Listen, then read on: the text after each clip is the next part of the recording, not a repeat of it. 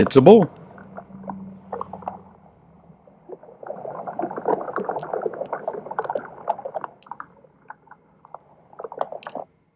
Good morning. Hey, what's up? This is Brian Kuzmar with Commercial Rare Coins and Precious Metals. And in case you ever heard what a coin sounds like underwater, there it was.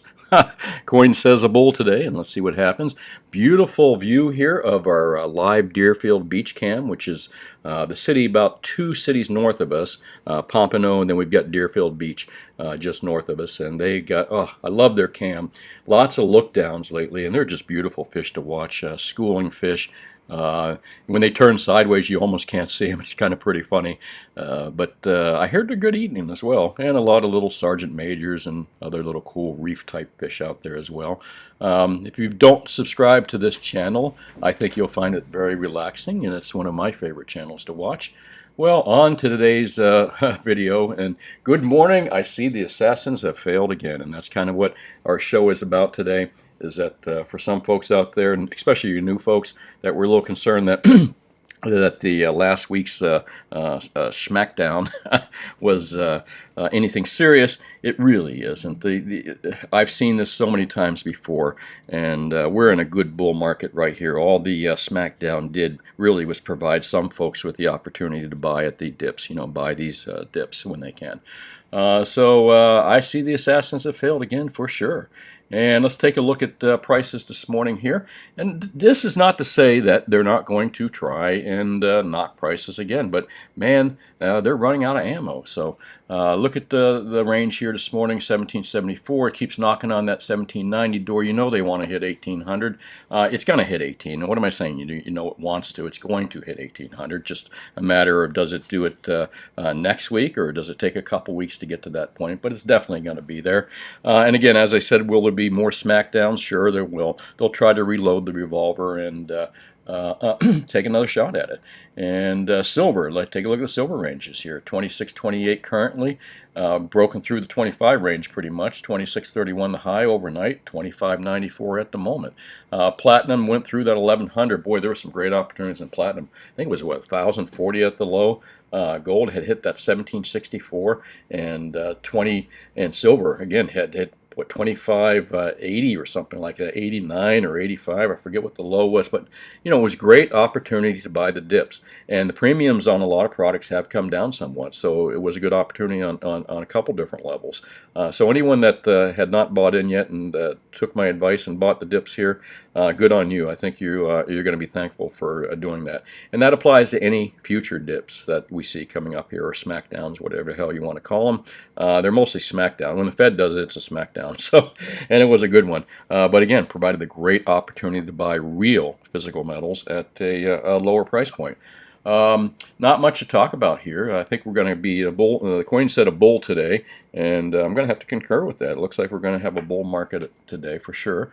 Going to be up from where it was at least yesterday, unless we see some more smackdown, but I just don't see it. The reason I don't see it is they're just out of ammo right now, folks. The gun is empty. The Fed's gun is empty at the moment. Well, not completely empty. Never underestimate the Fed. They can load up some more fiat bullets, fire blanks. Hey, that's a great way to look at it, what they did last week. They fired blanks, and that's all they do when they talk lately. It's like them firing blanks. But even blanks have cartridges, and they're going to run out of blanks at some point, or people are going to stop flinching at their blanks. But that's what happened with gold last week and silver, and the markets overall were manipulated by Fed speak and what the Fed does in the background using big banks and such. So the Fed's pretty much, they're out of ammo. They're using blanks. I mean, that's the truth of the whole matter, and they're treading water, more or less. So, when you're down to treading water like these poor bastards are out here with your rifle and full gear, and that's basically what the Fed and central banks are doing at the moment. Governments have already been there, but they're treading water. They're shooting blanks. And, it's not a good situation for them. And rock, paper, scissors, why gold and silver will always prevail, because it is not fiat. It's not fiat currency. It's been around for 5,000 years. And this little video here is mostly for you folks that got a little bit nervous with last week's smackdown by Powell, the Powell smackdown. Let's call it the Powell smackdown. And nothing to fear, folks. I've been through these markets for how many years? I do this every day for a living since 1977. Now I had a little vacation, some time off. I actually tried a different business one time for a little while just because I got burned out on this business. But family business I started with. I've been doing this in a long time. I know I've been through quite a few markets, and last week's SmackDown didn't frighten me. It pissed me off a little bit because, of course, blatant manipulation always pisses you off, but didn't frighten me a bit. And I'm trying to relay that confidence to you. Shouldn't frighten you a bit. Again, great way for you just to stack more gold and silver. Rock, paper, scissors, gold and silver will always prevail, and that is true. And why will it always prevail? Because even the man himself, the great credit guy, the great fiat guy, the manipulator himself, some would say, J.P. Morgan, gold is money, everything else is credit. I've seen a few commenters make that comment as well, but it's truer than anything. Everything else is just credit. That's what fiat it is. It's just kind of credit to some degree. Well, let's get into ZH here real quick and see what kind of articles going on here. Not going to stay here real long. Not too much in precious metals on here, but we got some good stuff on gata.org I want to talk about. Then we'll get over to yesterday's video and talk about what the best deals for you to be buying out there in physical metals, gold and silver. Betting on a Bitcoin bounce, I bet they probably are. I'd bet on a Bitcoin bounce as well. Bitcoins aren't gone. They're here to stay. Trust me on that. What form is the question? And we're going to talk about that in the GATA article coming up. I don't think they're going to survive very well in the privateer form or in the free market form, as some might call it. But let's move along from here. Curmudgeons on cryptocurrency. What's the difference between investing in crypto and gambling with crypto? For most, there isn't any. Well, we discussed that topic a few times, and I don't want to sit here and beat up on cryptos, especially when I do think they have a future in some way in the form of contracts and proving things, and just not as money. I just don't see it as money. Officially, the Fed, again, we're going to talk about that in a few moments, real important stuff that's being talked about as well. We're going to delve into about who is going to control the crypto markets. Panasonic has sold its entire stake in Tesla. That's not too good for our boy Elon there. I don't think it is. His world is kind of seems like it's coming crashing down around him a little bit. Got a lot of respect for Elon for a couple reasons. He's not perfect. Billionaires put their pants on like we do everything, and some people mistake their having billions of dollars for them being genius. It's not always necessarily. Just because a guy's got $1 billion doesn't make him genius.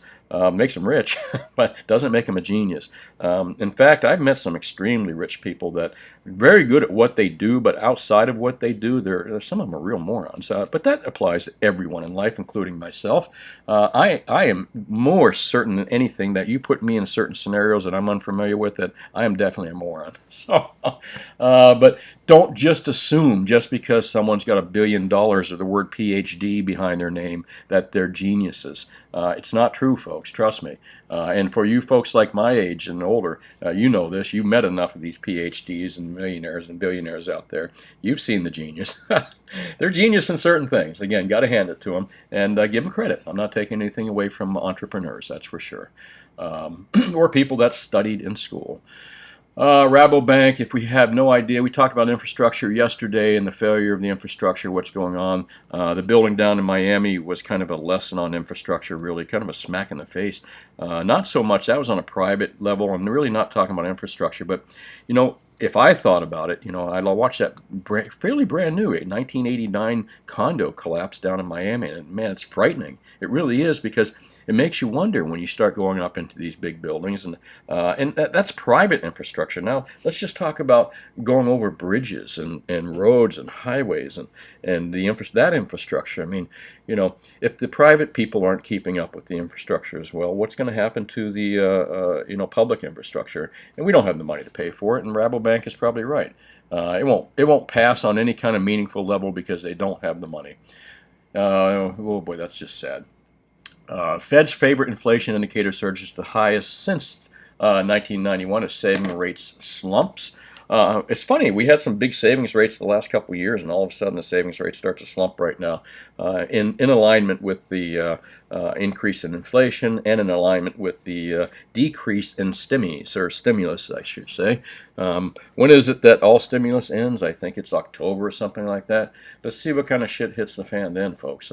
Boy, and this is not good. This is not good. I hope there's enough private businesses and small businesses out there to take up the slack for people that are going to be looking for jobs when the stimulus does end. Or are they going to be out of business by then? That's tough to say. All things that reasons why you want to own precious metals here. Futures at record high, ahead of biggest trading event of the year. Futures at record high. I mean, this is like the Jenga game, you know. I keep looking at the equity stock market. I mean, I guess as long as the Fed is out there, picture a Jenga game, and all the blocks, fundamentals, are just kind of pulled out from the bottom.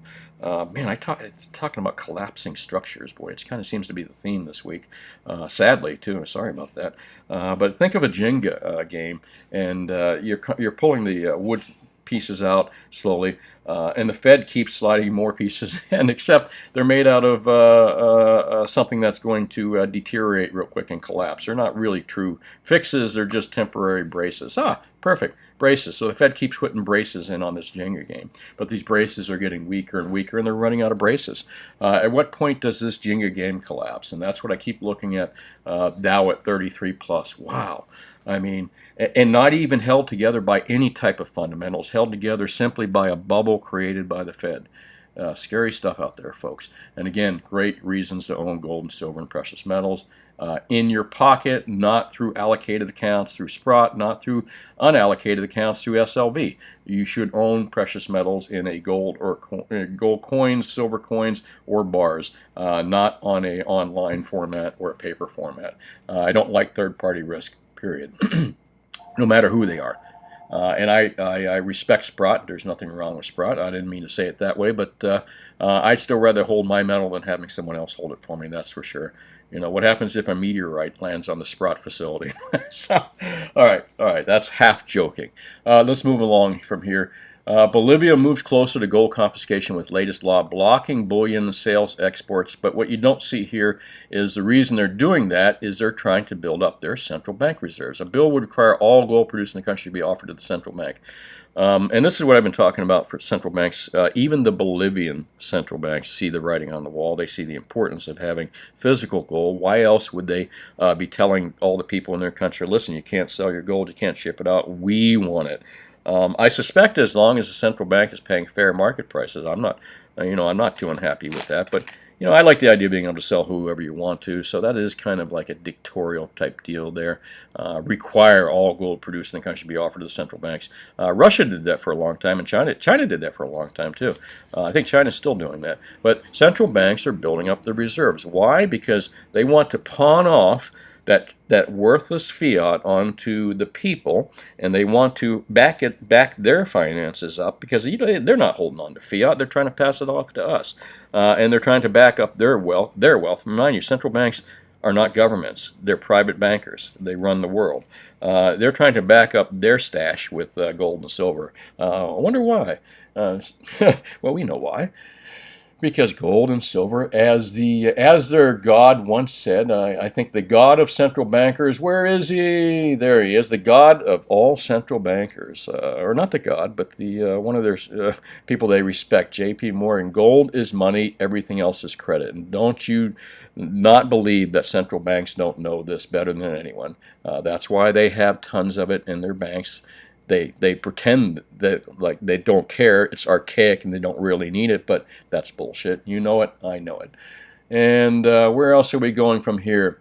Important people should need to quarantine under COVID rules. That's true. But again, that's politics, not going to get in there. Russia warns, we talked about this last week about black swan events. Russia warns Britain it'll bomb its ships next time it goes through the Crimea. Now, I'm not going to go into the political who's right, who's wrong, but basically, Russians are controlling that area. It'd be no different than If the Russians tried to troll through between Key West and Florida, within our territorial waters, we would probably throw a few bombs in front of them as well. No less, this is dangerous stuff, and I don't know why. Why would you provoke the bear? That's what I would ask UK. I mean, what happened to, why can't we all just get along with these fucking people? Excuse my language. But all these countries, I mean, there's enough wealth and there's enough good stuff out there to share with everybody. There's no reason why we all can't get along, but I digress here. Let's see, UK, there they go. UK would send warships through. Minister says, go after yourself, Mr. Minister. You're an idiot, probably. What happened to people that made peace, not people that made war, not idiots like this? What happened to the peacemakers out there? Not enough of them, that's for sure. This doesn't surprise me right here, and I'm going to move off here because now we're going into political stuff, but that doesn't surprise me. Here's what we wanted to talk about. While this is a fairly longer article, I'm going to read this. Thank God this is a Friday wrap-up because it's a long video. You're going to need the weekend to listen to the whole thing. And Market Watch, Myra Seafong. I don't know who that is. I'll take a sip of coffee here real quick. Excuse me. Okay. Let's talk about the impact of the Basel, upcoming Basel agreement here. And let me see, I'm going to go back. Is this the article I wanted to look at? Okay, I think it's Market Watch. Yep, that's it. I want to read this to you. Now, this is done by Market Watch, which is a corporate, I think they're involved with Wall Street Journal, Bloomberg, or something like that. It's corporate media. Now, I'm always telling you, if you listen to corporate media, when it comes to gold and silver and precious metals, you'll go broke. This is probably somewhat true as well here because there are a couple things in here that I don't care about, but they explain a couple of things as far as the Basel III. Don't forget, Basel III goes into effect, what is it, Monday, I believe? So it explains the Basel III regulations, and it says here, are poised to shake up the gold markets. I'm going to read this. It's not a long read. It's going to, it's not a short one either. New banking rules, part of sweeping international accord known as Basel III, a lot of you know about this, will come into effect on Monday and mark a big chance for European banks in their dealings with gold, potentially altering the landscape for precious metals and prices. Potentially, it says in this article. Like many reforms put in place over the past decade that aim to avert another global financial crisis, the new banking rules will come with some controversy and caveats. Allocated gold. Now, this is where it explains what exactly Basel III is doing in a nutshell. Allocated gold in tangible form will essentially be classified as zero-risk assets under the new rules. Okay, allocated gold means gold that actually exists, that has a person's name on it, a serial number. That serial number jives with that person, and it's real physical metal. But unallocated, and again, I'm just explaining that to you in case you weren't familiar, and most of you are.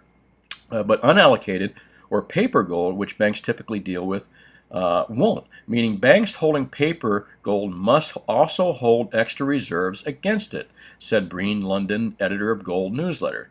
The new liquidity requirements aim to prevent dealers and banks from simply saying they have the gold or having more than one owner for the gold they have on the balance sheet. And again, that's what the unallocated gold accounts are. Banks take the risk. They say, well, there's gold, we have gold, but they really don't. They make it up on their sheet somewhere. They put it into their accounting, and they have market risk because are they offsetting it if it goes up or down? Who knows? But again, their Basel III is responses to end this type of behavior. They see it as a risk, a big risk to banks out there, so that's why they're ending it. In response to the global financial crisis, and again, it says that right here, sorry about that. In response to the global financial crisis of 2007 and 9, the Basel Committee on Banking Supervision, which sets standards for regulation of banks, called Basel III, it's defined by the bank for BIS, as an internationally agreed set of measures that aim to strengthen bank regulation. And if you're not familiar who Bank of International Settlements is, they are supposedly the central banker of the world. More or less, they're run by the United States and a few other central bankers out there. But they're the central bankers of the world, more or less. In its essence, Basel III is a multi-year regime change that aims to prevent another global banking crisis by requiring banks to hold more stable assets and fewer deemed risky. Well, apparently, Biz thinks that, or Basel believes that the physical gold is not a liability, but they're saying that the paper gold is a liability, and that's more or less what they're saying here. They're calling gold a stable asset, and they're calling the paper deemed risky assets. Under the new regime, physical or allocated gold, like bars and coins, will be reclassified from a Tier 3 asset, which is a risky asset, to a Tier 1 zero asset.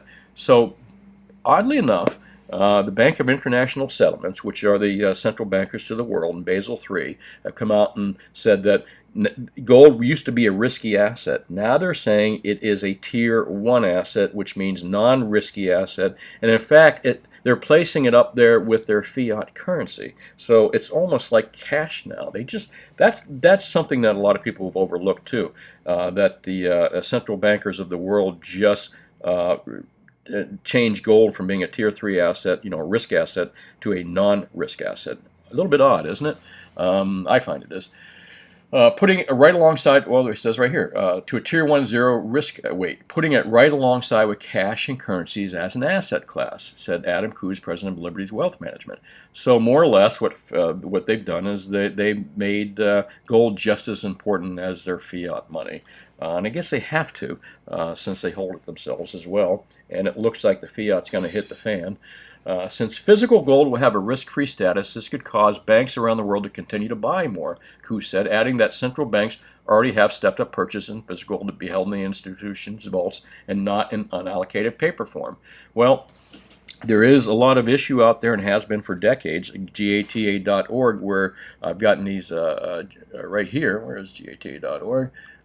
Talks about this in the basics, talks about how the central banks and how governments have manipulated the price of gold, how they've leased out their gold, central banks have, and how that leased out gold, they may own a lot of paper themselves. This may be a reason why gold prices are being kept as low as they are and being knocked down like they are, is because central banks still have a lot of unallocated gold or a lot of paper that they need to convert into real gold, because they don't want to be left holding the paper. They want us being left holding the paper. I digress again. Allocated gold is owned directly by an investor in a physical form such as coins or bars. Unallocated gold or paper contracts often are owned by banks, but investors are entitled to that gold and avoid storage and delivery fees. Well, the reason there's no storage and delivery fees is because there is no gold. It's a piece of paper. I wish they would have just said that. That's some of the reasons that the articles. Again, read corporate news doesn't always give you the whole story here, and we'll see that here in a little bit as well. Under the new rules, paper gold will be classified as more risky than physical gold and no longer counted as an asset equal to gold. Well, duh. We've all known. Who wouldn't know this, all right? But it's just odd, the timing now, that they're reclassifying gold from being, all right, bullshit paper, from the real stuff. The central bankers are doing this, reclassifying it. So this is interesting times that we're living in.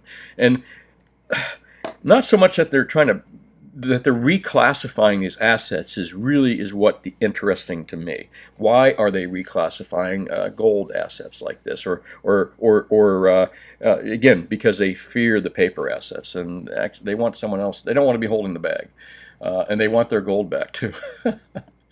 It's a liquidity standard that banks must follow to ensure adequate, stable. Okay, here we go. As part of the Basel III reforms, European banks will face new liquidity requirements known as net stable funding ratio. It's a liquidity standard that banks must follow to ensure adequate, stable funding to cover their long-term assets. The ratio is the amount of available which stable funding relative to the amount of required stable funding. Okay, a bunch of gobbledygook there, which should be equal to at least 100%. But basically what that's saying is that they want the banks stronger with real assets, not bullshit paper assets. That's that in a nutshell. Okay. The objective of the NFCR obliges banks to finance long-term with long-term money. What they consider money is currency, tier 1 assets. They don't consider tier 3 assets money. But as I said, they just raised physical gold to a tier 1 asset. So now they consider it money. That's odd how that works. I didn't even think of it that way. It affects all bank liabilities and assets, and the objective is to ensure that bank assets are properly funded the deposit withdrawal. More or less, this is about protecting the bank, and not so much protecting the bank. Basel and BIS, Bank of International Settlements, they're not caring about protecting the bank themselves. They just don't want to bail out these banks when that shit hits the fan. When the paper hits the fan, they don't want to bail them out. That's what the real deal is. But they're not, they don't care about a bank or two. They just don't want to bail them out. And anyway, that's the problem. Raising funding would mean blah, blah, blah. Reduce the bullion business. Okay, here we go. New liquidity ratio requirements imply that banks need to set aside more funding for unallocated gold. Analyst of BofA Global wrote in a Monday note. Raising funding requirements for unallocated gold, which means that any of these banks that still want to deal in paper gold. Now, a lot of people confuse that this Basel III is going to eliminate the paper assets, the paper derivatives. It is not. It is not. It's just going to make those banks that use them more costly. It's going to cost them money. They can't use it like a tier 1 asset. So it'll be a tier 3 asset, and they'll have to back up a certain percentage of that with extra money.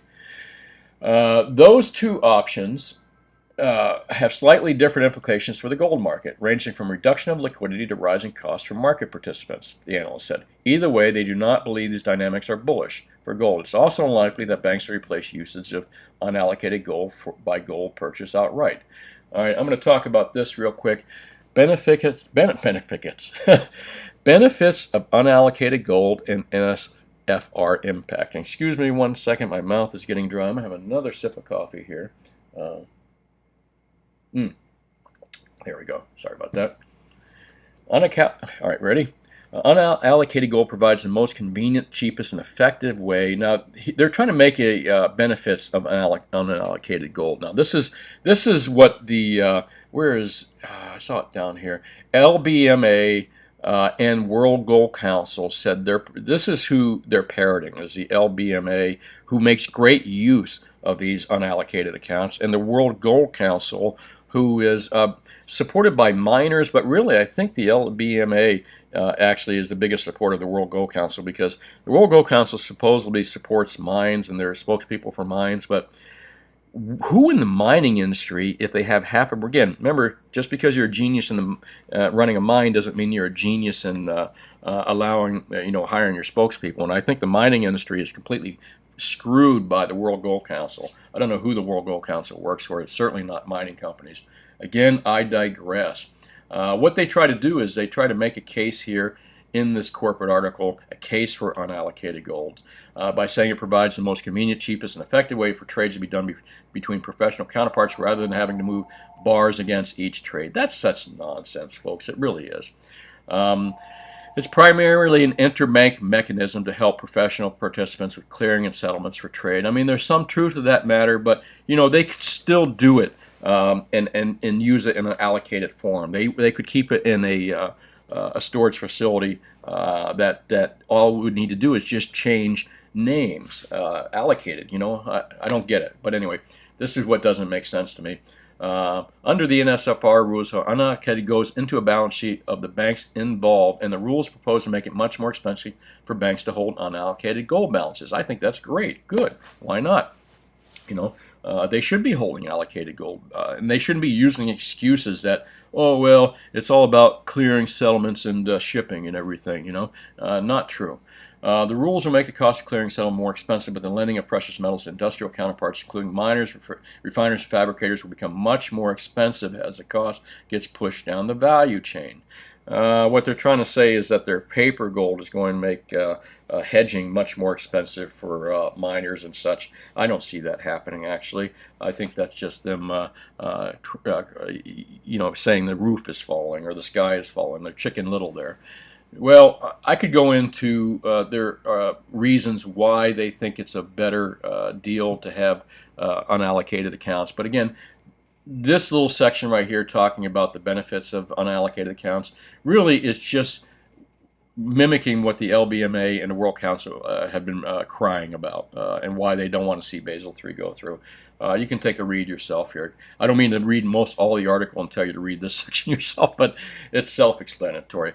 Gold market impact, according to corporate media, meanwhile, differ greatly when it comes to their options on the impact of Basel III. He expects banks to be discouraged from dealing in gold, forward contracts in London, and future contracts on COMEX. That can lead to great price volatility, and at the margin, some banks' customers who had unallocated gold and silver accounts will seek to maintain their exposure by buying physical bullion. Well, that's a good thing. Let's get back to, it's getting what we were talking about, the stock markets. Let's get back to the fundamentals. What makes gold and silver so appealing? It's limited in its quantity. You can only have so much of it. There's only so much that we've mined out of the earth. There's only so much even out there in the stars. It's made by neutron colliding stars together. It's that rare. It can't be man-made. And that's basically what the paper trade was, man-made trades that didn't really exist. No fundamentals. So let's get back to the fundamentals of buying and selling physical metals. That's my opinion. Well, the implementation of Basel III has been postponed so many times. There's still lingering doubts it's actually going to happen, but it looks like it's going to happen. So far, I haven't heard they canceled it, and that was as of Monday. Wow, that was a long one, but you know what? With Basel III coming in on Monday, I thought that was a great article for a lot of folks to understand it a little bit better, understand what Basel III really is, what the implications are, what they're not, and some good stuff there. I'm going to stop reading all the articles here because, again, we'll be here all day. This is interesting, what I talked about third-party risk, by the way. Judge blocks FBI from keeping cash, gold, and silver seized in Beverly Hills. And the bank or the private box that held those cash, gold, and silver at the Beverly Hills private safe deposit boxes where that was held, they were good people. Everything I heard is they weren't crooks. They were running a legit operation, and not unlike, like I said, this is where third-party risk comes in. Not unlike Mr. Sprott, the Sprott thing. If I had to own any allocated accounts. Well, I don't understand Sprott, so I better not say that. But I'm sure, he's honest as the day is long. Sprott is, Eric Sprott is, and Sprott Metals. It's probably a good product if you understand what you're buying. I still don't to this day. I don't understand what I bought and how I lost money. But good, honest people. That's the primarily thing. You got to understand what you're buying. Again, I bought a Sprott fund one time, and years ago, and it's worth less than what I paid for it when silver was half the price. I still don't understand that, but no less my fault. But I trusted Sprott. That's why I left that money in that account for years and years and years. I never thought that Mr. Sprott was going to wake up and abscond with my a metal, or what metal I thought I had.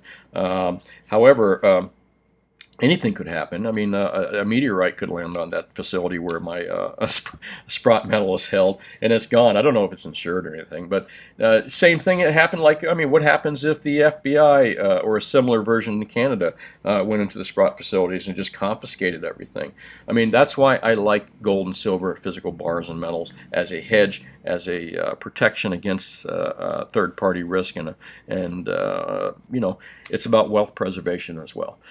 Poland's central bank adds 60,000 ounces. We talked about that yesterday. Why are central banks buying gold and pushing their fiat on you? How many times do I got to say this? And again, it's a mantra of ours here. I say it over and over and over. They want gold. They're accumulating gold. Look at the bank we were just talking about that is going to require all the gold be kept there in their country. Market Watch, Basel III, we read that. Some really good reading this week, folks. If you must have, if you're a gold and silver stacker, you have to have gata.org on your bookmarks bar. If you don't, you're missing out on a lot. Read the basics. If this is your first time watching me, before you read any other article, read the basics. These guys don't live in their mother's basements. When it comes to what I told you about listening to people that are genius in their fields, PhDs that are genius in their fields. These guys are geniuses in their field. Now, if they started talking about other things, I wouldn't attest that they were geniuses, but they know what they're talking about as far as who manipulates, how it's done, and everything. But let me say there's some good reading on here. You guys got probably a good hour worth of reading here or more if you start. Central banks step up fight against cryptocurrencies. Look at this article, and then right below it, take a look at this one. And I said that my video from last week was what banks hate competition, and it's true. They hate it. They're not going to tolerate it. Either our governments.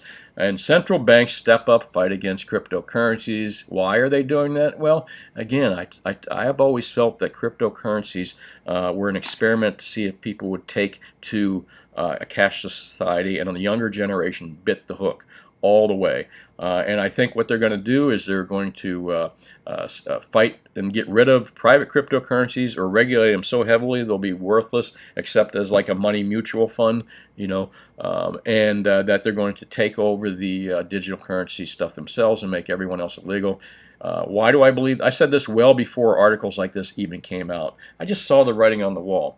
And remember, I like to step outside. I like to look at the big picture. Sometimes, when you're sitting in the middle of a major city, it's hard to see what's going on in the world. I like to get in my little spaceship, take off, and look at the world as a big whole sometimes. And when I did that, I knew that this is exactly where we're going. We're going to an age of cashless society, and central banks will get into the digital currency thing here. But I hope we fight it. I hope it doesn't work. I'd like to thank everybody. I can't go into the comments today. It's just too long. But I'm going to blow up the comments so I can see who said hi and everything like that as I'm talking here. But I'd like to thank all of you folks here. A lot of you are consistent watchers here, and I'd like to thank every one of you for watching the videos here and supporting my videos. And if you're new to my videos, I appreciate it if you hit that little like button that's up in the right-hand corner. I'll show it to you in a moment. Thanks, Will. Nice to see you there. John Smith, you as well. D-Man, don't forget to like and subscribe. Hey, I agree with that. Thanks. Joey from Seattle. Stefan Wimpenny. Inflation already happened. Absolutely, sir. Can I read all these too? Trust me, I just can't comment on today. I do read all the comments out here. Like my content. Really, I appreciate that a lot. Thanks, Chris. Would you say we're still in the dip and the price is headed up, or should we hold off and... no, I don't know. Just buy the dips. That's what I'm saying. We're in a bull market. No matter, we're in a bull market, a long-term sustained bull market. As long as they keep printing and not rectifying that situation, we're in a bull market. Again, thank all of you for watching. And Celeste says, I was told I was new to finance your own junk silver for barter. I talked about junk silver the other day, that 90% that people, folks, you're not going to have to worry about bartering your money. The local store, the people that work at the stores, even people in their 40s and 50s have no idea what a silver coin or a gold coin looks like or how they would test to see if it was real or anything like that. So even during Germany's hyperinflationary day, and I'm just going to touch on this because this is what this comment talks about, a lot of people were buying gold, have been buying gold and silver for years, decades, thinking that they're going to trade it for bread or food or something like that. And I keep explaining to everyone that comes in, and I explained on my show yesterday, you're not going to trade it directly for food. Highly, highly unlikely. Even during the hyperinflationary part of the Weimar Republic in Germany, they still would cash in their gold or silver, whatever it is, and they would walk out with a bunch more German marks, billion German marks. Whereas, 5 years earlier, they walked out with a couple thousand marks. Now they're walking out with a billion marks for their ounce of gold, and they would take that billion marks and buy food with it. So Germany never got rid of the fiat. You just bought a hell of a lot more with it with your gold. So, folks, you are not going to be eating directly. You're not going to be trading to the local bread guy with your silver dimes, quarters, and your maple leaves. It's not going to happen. What you will be doing is you'll be taking them down to someone who will trade them for more currency, and you'll be taking that more currency and buying that overpriced food. Not overpriced food, that underpriced, overpriced currency, or whatever the hell you want to call it. Sorry. Sean Mathis, thanks for watching. Oh boy, my mind just looped there for a second. And let me, give me 1 second here. Let me close it up a little bit. I was going to say, don't lock up on me now, screen. Oh, we're almost here at the end of the show, folks. Best deals out there. I'm going to keep this one real short. Best deals out there for me locally is 90% silver. I have that stuff at a great price. I still have plenty of it in stock. No sales tax on any amount that you buy in the state of Florida. Don't be paying, even if you don't live in my area, Try to keep your silver purchases no more than $4 to $5 over the price of silver per ounce on the spot price. So if silver's at 26, try not to be paying it more, your gross price more than $30 per ounce. Don't pay more than that unless you absolutely have to, or 30 and a quarter, 31 maybe. Keep it below $6 per ounce premiums at least. If it's over $6 per ounce premium, it's too much right now. Maybe that'll change. Maybe I'll be telling you $8 premium is a great deal in the future. But right now, don't pay more than $6 unless you have to. Same thing with gold. Don't pay more than an $85 an ounce premium on gold. Again, unless you absolutely have to. But right now, you can get gold bars in that $60 to $85 per ounce range. There's a lot of good bars out there, Balcombis. I think that's a Balcombi, Royal Canadian Mint, Swiss credit, those kind of things. I would avoid private made bars made by, like the online sellers like JM, APMEX, those kind of bars, because no local coin dealers like to deal with them. Myself, when I get them in, I just melt them. I throw them in a melt bin because no dealers want to deal in other people's bars that have their phone numbers and websites written all over them. I hope that's a lesson that a lot of these online companies learn. I think it's an ego thing when they put their company names on their gold bars. But for me as a local dealer, I've always taken gold bars and silver bars that had these company names marked on them. I either re-wholesale them to someone else or I throw them in the melt bin. Again, that's just because why am I going to advertise their business? A little secret tip there I gave you from a coin person, a local coin store. As far as gold and silver, we got through that. And as I said, I am a local coin and precious metal dealer. I am in South Florida only. You can only deal with me if you come into my store 10 to 4 with cash or a local check. I don't do credit cards. And I don't deal on phone. I don't deal through the mail or anything. So if you don't live in my area and you can't deal with me directly, unfortunately, I can't help you. But this is why I always encourage people living outside my area that can't deal with me, that are listening to me, please buy local or buy local, as this one says. Keep that money local. Go to your local coin store, even if it's an hour drive or 2 hour drives. Keep that money at least in your state. It's very important to keep money in your local communities, in businesses that are in your state. That money gets put back into the economy. Once you buy from out of state or somewhere, you're never going to see that money in your community again. It's a bad idea. So whether it's precious metals, gold, silver, platinum, or jewelry, or automotive parts, try to keep your purchases local, please. Support your local community. It's important for everyone. Well, that's it. This is Brian Kuzmar with Commercial Rare Coins and Precious Metals. Oh, I don't have my page up. I just got my... you want to see who I watch on my... Here, I like all these guys, actually. I've been watching more YouTube. Hickok is one of my favorites out there. I like the old guys with guns. And quite a few of them. But anyway, boy, I digress there. Don't have my regular closing page up here. I forgot, but no less. Hey, I appreciate you liking and subscribing, hitting that subscribe button, hitting that bell button. I'm Brian Kuzmar with Commercial Rare Coins and Precious Metals. We're open 10 to 4 Mondays through Fridays.